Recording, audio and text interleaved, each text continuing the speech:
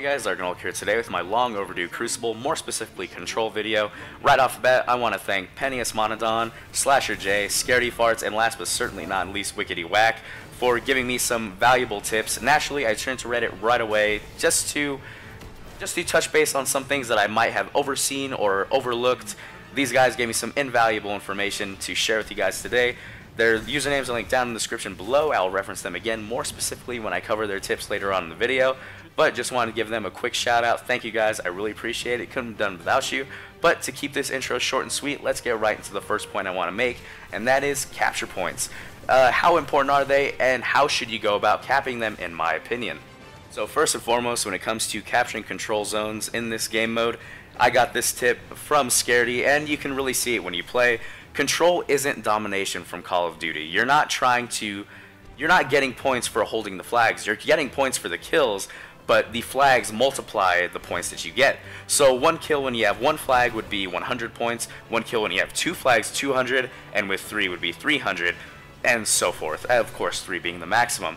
Now, when you push the one cap, that is pretty much as soon as you spawn into the game, you want to have at least one flag controlled the entire time, because if that flag is neutral, that's just free points that you're giving away for the enemy team to capture. You never want to leave a flag neutral because it is a quick and easy cap for the enemy team, and it really can lead them to a shutout on your side if you can't secure that flag right away.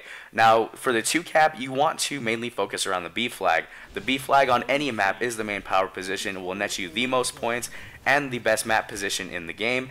Just make sure that when you're going for it, you have the right number of teammates, you have proper super support, grenade support, and so on. You don't want to all be standing on the flag and get hit by a Nova Bomb. You need to be spread out, and if you see that your teammates are on it and there are 4 guys on there, don't hop on there. They might get Fist of Havoc. Yeah, you might lose out on a few points from that, but staying alive and being able to recover is 10 times more important, because if your whole team gets wiped out, that's giving away the cap. Another thing is the triple cap, referenced by 2 of the users on Reddit here, one being Scaredy again, and the second being, where is he? Sorry about that. Pause there, I just had to make sure it was the right person. slasherj. Now, triple caps can be an excellent endgame strategy just to help sway the tide of the match, especially if you're losing. Games of Crucible can swing at sometimes thousands of points, especially if there's heavy ammo. So make sure that at the start of the game, you always want to have one flag control. As the game progresses, you want to focus on the 2 cap, mainly the B flag. You can give up your spawn flag to control B, and the benefit to that is if you have the B flag and the enemy has the 2 outside flags, their spawns will be completely screwed up. And you can pick people off more easily. It will separate players as they die, and you can gain control of the map, especially with that B flag control. So again, just to recap, at the start of the match, you want that one flag. Spend most of the game trying to secure B and hold on to it the best that you can. Of course, it will be a back and forth fight. And as far as 3 capping goes, it is a desperation move. If you're losing and you know you're going to lose, go for it. It could turn the tide, especially if heavy ammo's up. If not, then don't risk it. You don't want to mess your spawns up, and it could screw up the game. And again, thank you Scaredy and Slasher for those. For this section, I want to talk to you guys about balance, offensive and defensive pushing, patrolling an area, and radar awareness. For this section, I can thank the radar awareness and the patrolling to Monodon and wackittywack. They gave me some valuable tips here, so thank you guys again. But for this part, you want to make sure that as far as patrolling goes, you want to make sure you have visible eyes on your radar the entire time.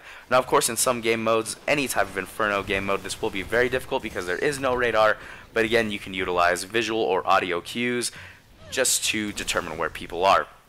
But in standard control, your radar is always up. You want to make sure that you prioritize targets in the right way. Of course, a main priority will be targets on your flag, but a secondary priority is going to be someone on your side of the map.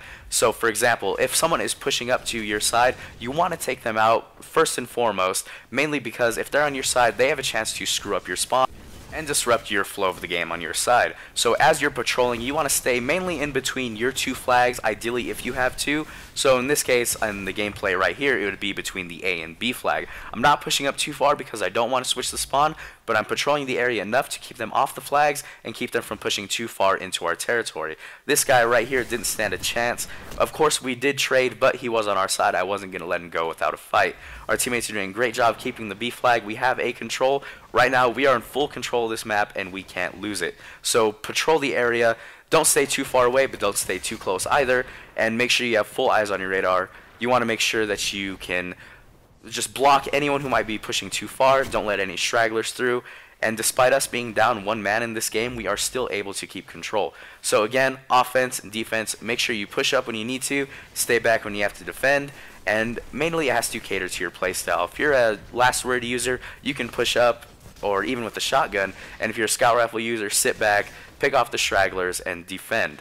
And as we get into the third part, I just want to transition you guys to a different gameplay, and in this I want to talk about the importance of heavy.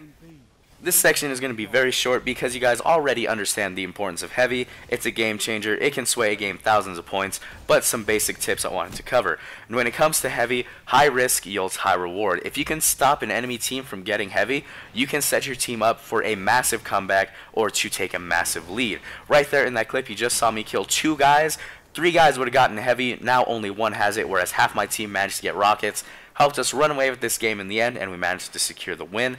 Of course, you want to be careful when it comes to heavy. If you can get it, go for it every time. If you can't, then that might be a point where you have nothing to lose. You take a risk, you decide to be offensive, and you keep them from getting it.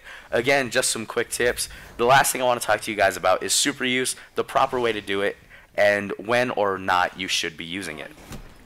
Supers in Destiny are a very unique animal. Some of them vary very differently from each other. Some are more offensive, some are more defensive. Of course, you have to understand your super inside and out to pick and choose the best situations to use it.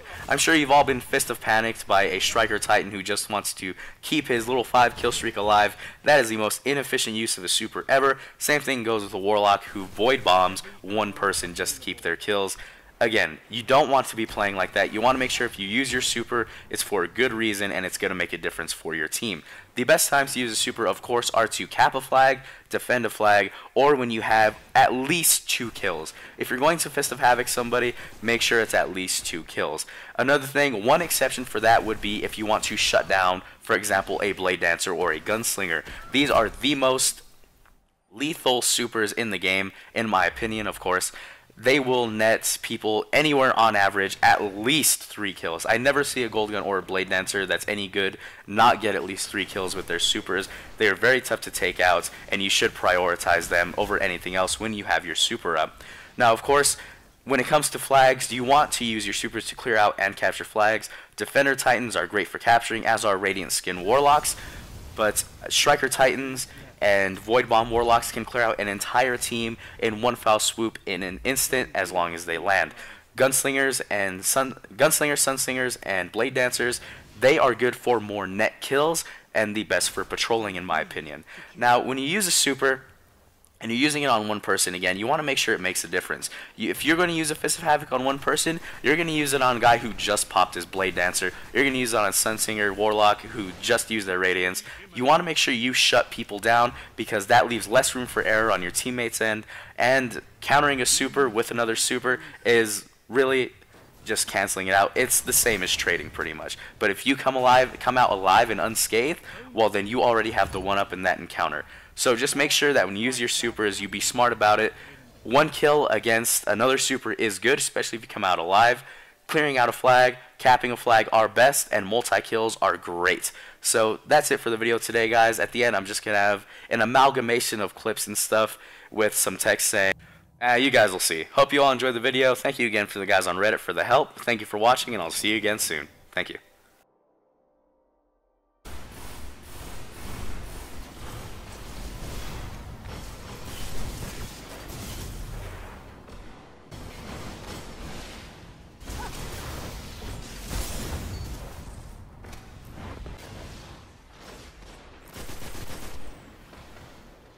Zone A secure. All zones held. You have total control.